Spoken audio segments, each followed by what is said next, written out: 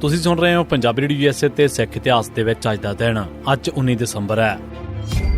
26 ਫਰਵਰੀ 1921 ਦੇ ਦਿਨ ਤਰਨਤਾਰਨ ਦੇ ਗੁਰਦੁਆਰੇ ਤੇ ਕਬਜ਼ੇ ਤੋਂ ਮਗਰੋਂ ਕੁਝ ਹੋਰ ਗੁਰਦੁਆਰੇ ਵੀ ਸਿੱਖਾਂ ਨੇ ਆਜ਼ਾਦ ਕਰਵਾਏ। ਸਭ ਤੋਂ ਪਹਿਲਾਂ ਗੁਰਦੁਆਰਾ ਖਰਾ ਸੌਦਾ ਦੇ ਦਰਸ਼ਨ ਕਰਨ ਆਈ ਸੰਗਤ ਨੇ ਗੁਰਦੁਆਰਾ ਕੇਰ ਸਾਹਿਬ ਨੂੰ 8 ਫਰਵਰੀ 1921 ਦੇ ਦਿਨ ਆਜ਼ਾਦ ਕਰਵਾਇਆ। 10 ਫਰਵਰੀ ਦੇ ਦਿਨ ਭਾਈ ਗੜੀਆ ਦੀ ਯਾਦ ਦੇ ਵਿੱਚ ਮਾਛੀਕੇ ਦੇ ਵਿੱਚ ਬਣੇ ਗੁਰਦੁਆਰੇ ਨੂੰ ਆਜ਼ਾਦ ਕਰਵਾਇਆ ਗਿਆ। 11 ਫਰਵਰੀ ਦੇ ਦਿਨ ਖਡੂਰ ਸਾਹਿਬ ਗੁਰਦੁਆਰੇ ਦੇ ਮਹੰਤ ਨੇ ਖਰਾ ਸੌਦਾ ਬਾਰ ਦੇ ਅਕਾਲੀ ਜਥੇ ਦੇ ਨਾਲ ਲਿਖਤੀ ਸਮਝੌਤਾ ਕੀਤਾ ਕਿ ਉਹ ਸ਼੍ਰੋਮਣੀ ਕਮੇਟੀ ਦੇ ਨਿਯਮਾਂ ਦੇ ਮੁਤਾਬਕ ਚੱਲੇਗਾ, ਪਰ ਨਨਕਾਣਾ ਸਾਹਿਬ ਦੇ ਸਾਕੇ ਮਗਰੋਂ ਉਹ ਫੇਰ ਵਿਟਰ ਗਿਆ। ਅਖੀਰ ਸਿੱਖਾਂ ਨੇ 18 ਫਰਵਰੀ 1921 ਦੇ ਦਿਨ ਗੁਰਦੁਆਰਾ ਖਡੂਰ ਸਾਹਿਬ ਤੇ ਵੀ ਕਬਜ਼ਾ ਕਰ ਲਿਆ। ਇਸੇ ਦਰਮਿਆਨ 17 ਫਰਵਰੀ ਦੀ ਮੀਟਿੰਗ ਦੇ ਵਿੱਚ ਝੱਬਰ ਲਛਮਣ ਸਿੰਘ ਅਤੇ ਬੂਟਾ ਸਿੰਘ ਸ਼ੇਖੂਪੁਰਾ ਨੇ ਪਲਾਨ ਬਣਾਈ ਕਿ ਬੂਟਾ ਸਿੰਘ 19 ਫਰਵਰੀ ਨੂੰ ਨਨਕਾਣਾ ਸਾਹਿਬ ਪੁੱਜ ਜਾਵੇ। ਉਸੇ ਰਾਤ ਲਛਮਣ ਸਿੰਘ ਦਾ ਜੱਥਾ ਚੰਦਰਕੋਟ ਪਹੁੰਚ ਜਾਵੇਗਾ। ਦੂਜੇ ਪਾਸੋਂ ਝੱਬਰ ਦਾ ਜੱਥਾ ਆ ਜਾਵੇਗਾ ਅਤੇ ਦੋਵੇਂ ਜੱਥੇ 20 ਫਰਵਰੀ ਦੀ ਸਵੇਰ ਨੂੰ ਨਨਕਾਣਾ ਸਾਹਿਬ ਗੁਰਦੁਆਰੇ ਦਾ ਕਬਜ਼ਾ ਲੈ ਲੈਣਗੇ। 20 ਫਰਵਰੀ ਸਵੇਰੇ ਕਰਤਾਰ ਸਿੰਘ ਝੱਬਰ ਜੱਥੇ ਸਮੇਤ ਨਨਕਾਣਾ ਪੁੱਜਾ। ਸਰਦਾਰ ਬਹਾਦਰ ਮਹਿਤਾਬ ਸਿੰਘ ਵਾਪਸ ਚਲੇ ਗਏ ਅਤੇ ਕਮਿਸ਼ਨਰ ਨੂੰ ਸਮਝਾਇਆ ਕਿ ਸਿੱਖਾਂ ਦਾ ਹੜ ਆ ਜਾਣ ਮਗਰੋਂ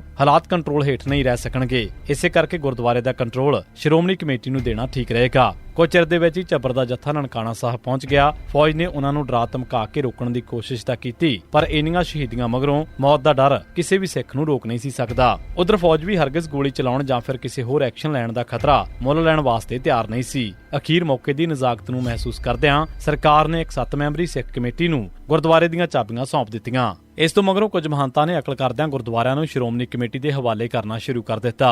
ਦਿੱਲੀ ਦੇ ਗੁਰਦੁਆਰੇ ਮਹੰਤ ਹਰੀ ਸਿੰਘ ਨੇ 19 ਦਸੰਬਰ 1922 ਦੇ ਦਿਨ ਸ਼੍ਰੋਮਣੀ ਕਮੇਟੀ ਨੂੰ ਸੌਂਪ ਦਿੱਤੇ।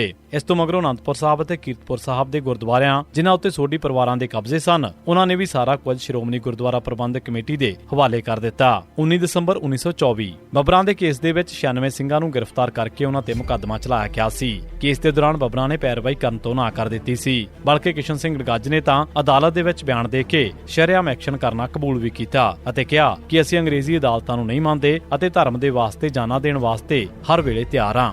ਗ੍ਰਿਫਤਾਰ ਬੱਬਰਾਂ ਦੇ ਵਿੱਚੋਂ ਸੁੰਦਰ ਸਿੰਘ ਹਯਾਤਪੁਰ 13 ਦਸੰਬਰ 1924 ਦੇ ਦਿਨ ਅਤੇ ਸਾਦਾ ਸਿੰਘ ਪਨੋਰੀ ਨਿਜਰਾ 19 ਦਸੰਬਰ 1924 ਦੇ ਦਿਨ ਮੁਕੱਦਮੇ ਦੇ ਦੌਰਾਨ ਜੇਲ੍ਹ ਦੇ ਵਿੱਚ ਚੜ੍ਹਾਈ ਕਰ ਗਏ। 19 ਦਸੰਬਰ 1952 ਮਈ 1952 ਦੇ ਵਿੱਚ ਪੰਜਾਬ ਦੇ ਵਿੱਚ ਭੀਮ ਸੈਨ ਸੱਚਰ ਦੀ ਸਰਕਾਰ ਸੀ। ਸਿੱਖਾਂ ਦੇ ਵਿੱਚ ਇਸ ਦੇ ਖਿਲਾਫ ਬੜਾ ਰੋਸ ਫੈਲਿਆ। ਇਸ ਸਮੇਂ ਸ਼੍ਰੋਮਣੀ ਗੁਰਦੁਆਰਾ ਪ੍ਰਬੰਧਕ ਕਮੇਟੀ ਕਾਂਗਰਸ ਦੇ ਚਾਪਲੂਸ ਸਿੱਖਾਂ ਦੇ ਹੱਥਾਂ ਦੇ ਵਿੱਚ ਸੀ। ਇਸ ਦਾ ਪ੍ਰਧਾਨ ਊਧਮ ਸਿੰਘ ਨਾਗੋਕੇ ਸੀ। 5 ਅਕਤੂਬਰ 1952 ਨੂੰ ਸ਼੍ਰੋਮਣੀ ਕਮੇਟੀ ਦੀ ਸਾਲਾਨਾ ਚੋਣ ਹੋਈ, ਜਿਸ ਦੇ ਵਿੱਚ ਅਕਾਲੀ ਦਲ ਦੇ ਉਮੀਦਵਾਰ ਪ੍ਰੀਤਮ ਸਿੰਘ ਖੜੁੰਝ 78 ਵੋਟਾਂ ਲੈ ਕੇ ਨਾਗੋਕੇ ਗਰੁੱਪ ਦੇ ਮਾਸਟਰ ਨਾਹਰ ਸਿੰਘ ਨੂੰ 7 ਵੋਟਾਂ ਤੇ ਹਰਾ ਕੇ ਕਾਮਯਾਬ ਹੋਏ। ਸ਼੍ਰੋਮਣੀ ਗੁਰਦੁਆਰਾ ਪ੍ਰਬੰਧਕ ਕਮੇਟੀ ਦੇ ਅਕਾਲੀ ਦਲ ਦੇ ਕਬਜ਼ੇ ਦੇ ਵਿੱਚ ਆਉਣ ਮਗਰੋਂ ਅਕਾਲੀ ਦਲ ਦੀ ਸਟੇਜ ਦਾ ਮਸਲਾ ਹੱਲ ਹੋ ਗਿਆ। ਹੁਣ ਪੰਜਾਬੀ ਸੂਬੇ ਦੀ ਮੰਗ ਵਧੇਰੇ ਜ਼ੋਰ ਦੇ ਨਾਲ ਸ਼ੁਰੂ ਹੋ ਚੁੱਕੀ ਸੀ।